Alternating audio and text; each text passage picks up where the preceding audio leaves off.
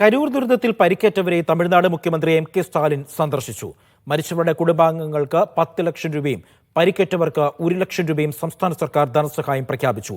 ദുരിതബാധിതരെ സന്ദർശിക്കാൻ വിജയ് ഇതുവരെ എത്തിയിട്ടില്ല.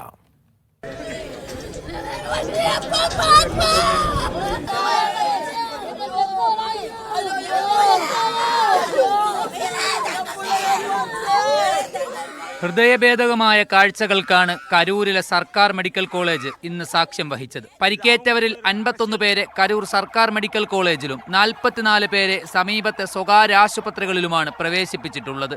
പരിക്കേറ്റവരെയും മരിച്ചവരുടെ കുടുംബാംഗങ്ങളെയും സന്ദർശിക്കാൻ തമിഴ്നാട് മുഖ്യമന്ത്രി എം.കെ. സ്റ്റാലിനും ഉപമുഖ്യമന്ത്രി ഉദയനിധി സ്റ്റാലിനും ആശുപത്രിയിലെത്തി. പരിക്കേറ്റവർക്ക് 1 ലക്ഷവും മരിച്ചവരുടെ കുടുംബാംഗങ്ങൾക്ക് 10 ലക്ഷവും സംസ്ഥാന സർക്കാർ ധനസഹായം നൽകുമെന്നും സ്റ്റാലിൻ അറിയിച്ചു. അപകടത്തെക്കുറിച്ച് അന്വേഷിക്കാൻ വിരമിച്ച ഹൈക്കോടതി ജഡ്ജിയുടെ നേതൃത്വത്തിൽ അന്വേഷണ കമ്മീഷനെ നിയോഗിക്കുമെന്നും മുഖ്യമന്ത്രി പറഞ്ഞു.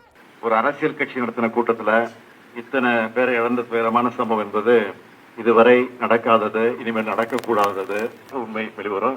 അത് ഉമ്മ വെളിവരുന്നവർ നിശ്ചയமாக ഉரிய നടപടിക്ക് എടുക്കപ്പെടും. തമിഴ്നാട് ബി.ജെ.പി. അധ്യക്ഷൻ നയനാർ നാഗേന്ദ്രൻ, AIADMK നേതാവ് എടപ്പാടി കെ പളനിസ്വാമി എന്നിവരും ആശുപത്രിയിലെത്തി പരിക്കേറ്റവരെ സന്ദർശിച്ചു. മീഡിയ 1 കരൂർ.